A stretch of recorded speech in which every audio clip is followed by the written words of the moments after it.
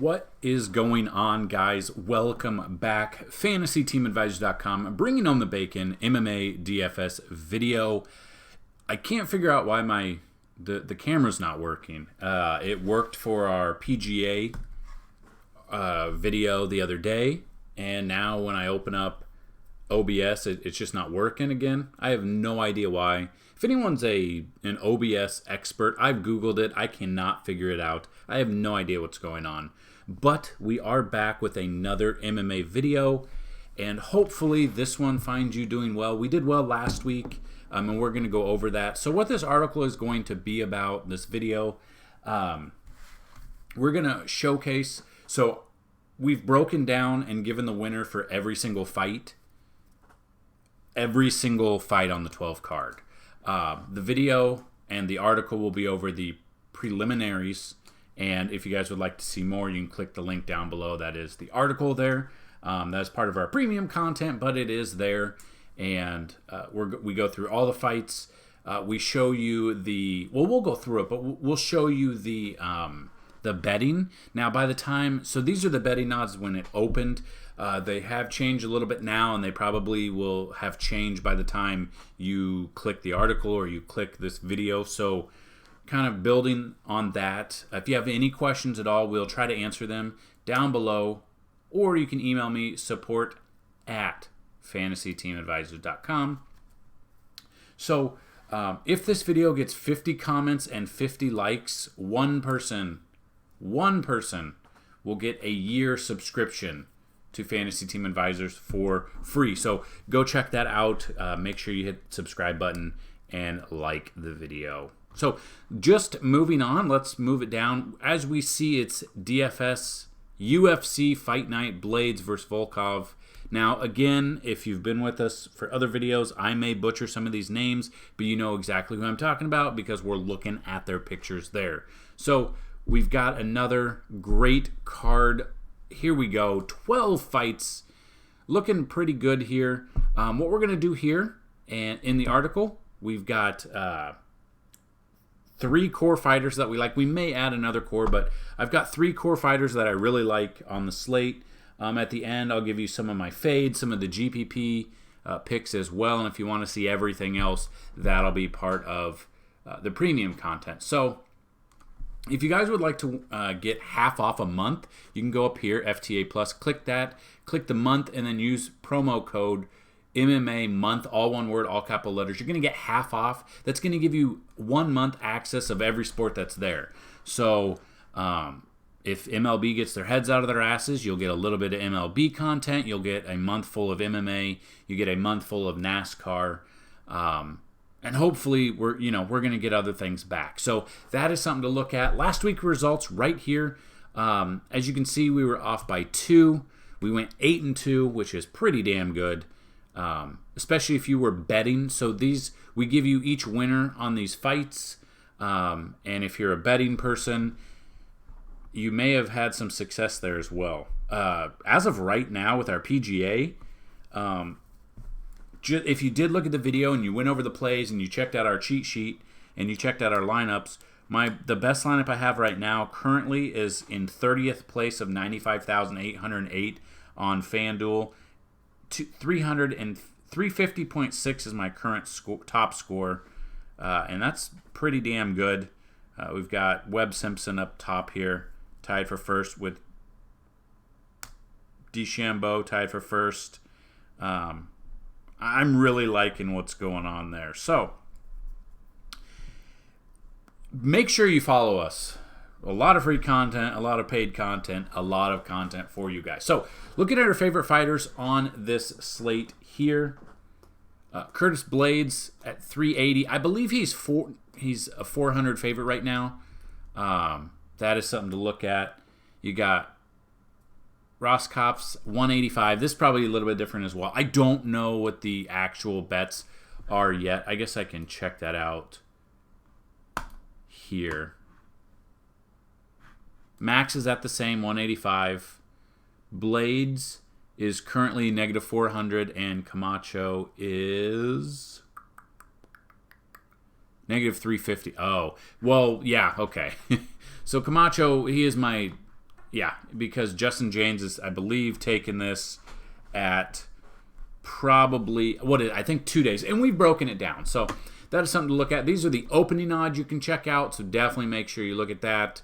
Like I said, use promo code MMA month. So looking at the first fight on the prelims, Austin Hubbard versus Roskopf. Now, Roskopf has only been fighting since 2018, making his UFC debut on 6 days' notice. So just right off the bat there, you'd be like, well, he's probably not that prepared, but I absolutely love him here.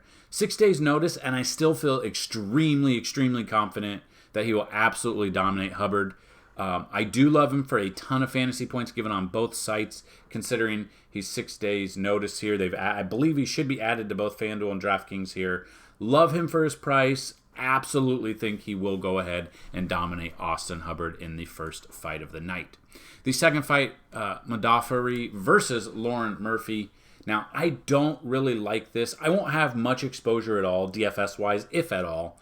I just don't see enough exposure. I don't see either of these ladies being on a winning GPP lineup. I just don't see it. The prices doesn't matter. FanDuel, DraftKings, whatever website you're playing on, I don't trust either of these to give us enough fantasy points. I do think Lauren will win via decision, but I don't trust either of them much to dig into detail to even consider in one of our lineups. That brings us to Justin James versus Frank Camacho. James is taking this fight with only 2 day notice, and he's making his UFC debut. I don't like him at all. I really don't. I think Camacho is your mortal lock of the night. Our last mortal lock dominated, I think, this one exactly. Camacho, he's just overall prepared. Absolutely locking him in. Wouldn't be surprised if he TKOs or KOs Justin James here. And for his price, just looking at Camacho, FanDuel-wise, let's see.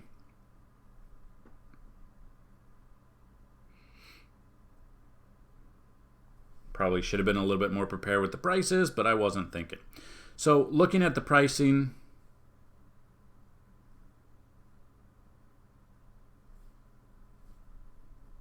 Camacho's $16 on FanDuel. He's $16 on FanDuel. Very low. I mean, to be completely honest with you, especially on on FanDuel where you take an MVP, I could see him being an MVP in one of your lineups. You have to make multiple lineups, though. That's the thing. Just because, obviously, the more strikes you get, the longer the fight goes, the more fantasy points you get.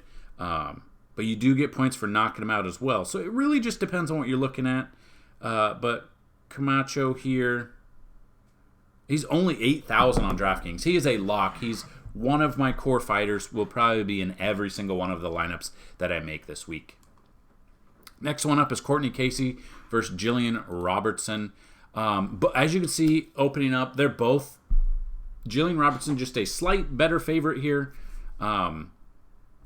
Not huge, but they're both here. They both have the opportunity. I am very interested in this fight, especially over on DraftKings due to the prices. Casey is a great jiu-jitsu fighter, and if she can get Robertson on the ground, it could spell trouble for Robertson here, even though she is a slight favorite. If it goes to the ground, it could be trouble. I honestly could see both of these 100+ fantasy points, especially over on DraftKings where you get a little bit more points there.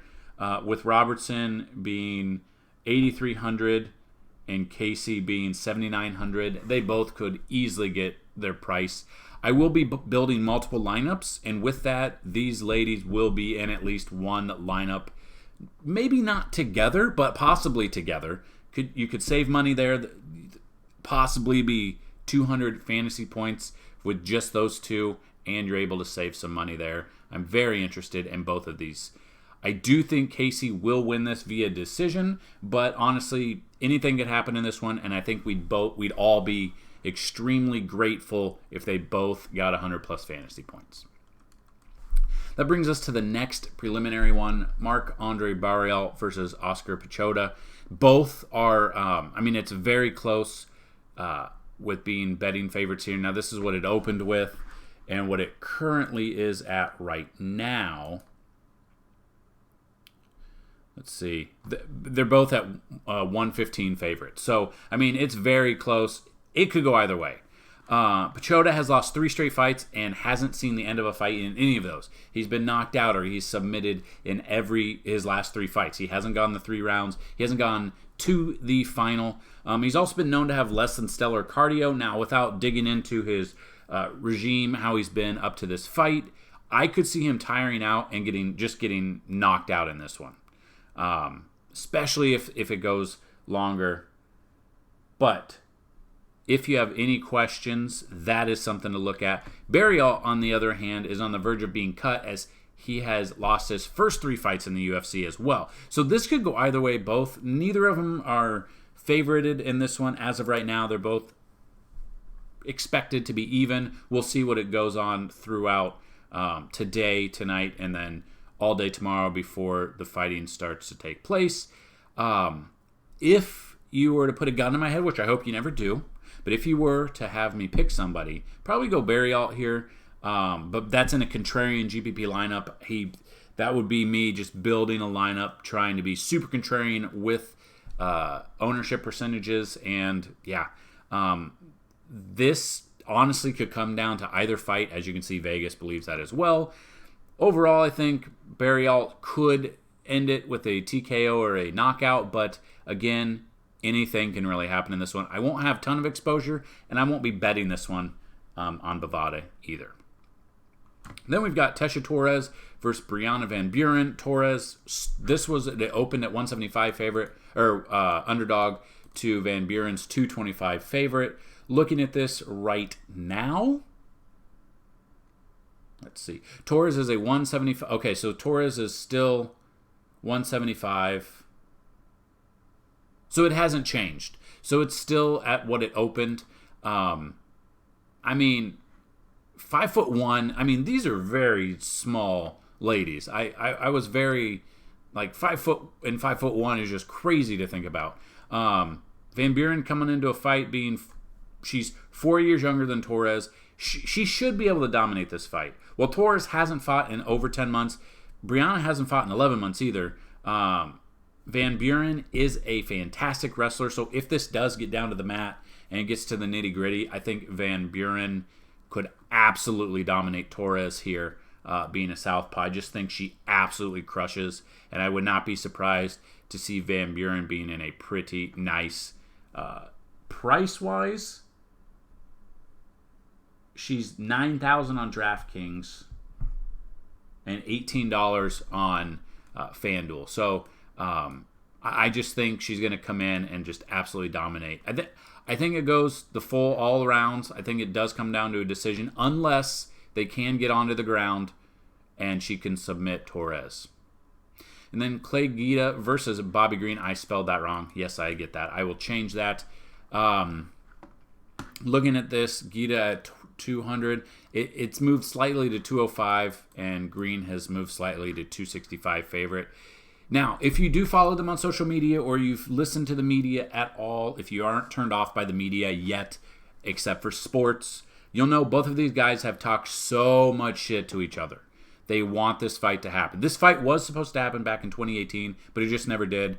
Bobby Green is a great wrestler and grappler, and he hits extremely hard. And the cool thing is, if you watch these fights, with no crowd being in there. Now, I do know they pumped in some crowd noise last time, but when you can hear them hitting, the way he hits so hard, you will understand what it takes to be in a ring if they don't pump in crowd noise here. It's going to get crazy. The good thing about him is he's quick on his feet and can move his head side to side almost as fast as anyone out there. So it's going to be really hard for Guida to land a knockout punch into his face. It doesn't make sense, and it's a little bit weird, but Bobby Green, his stamina and his cardio are so good, he seems to only get better as the fight goes on. Kind of like Verlander, where he would throw harder in like the 7th and 8th inning. So just think of it that way. He's got some great stamina. The longer it goes, maybe he just has more adrenaline, gets pumped up. I don't know. Guida hasn't fought in over a year, and he's 38 years old. and that fight it ended in less than a minute. That could easily happen again here. I love Bobby Green. I just don't see how this is I don't see how this is a decent fight other than Green just absolutely dominating him. I do see Bobby Green winning this via a TKO or a KO. I'm not going to say the first round, but it would not surprise me at all. So there you go, guys. Those are some of the prelims. The rest of the fights, all the other fights are down below. All you got to do is sign up. You can get half off. But before we go, looking at this, some of the fades that I would be looking at, Alexander Volkov and Mario Reneau, I'm probably going to fade those all together. We have a couple more kind of waiting on, but I'd fade those.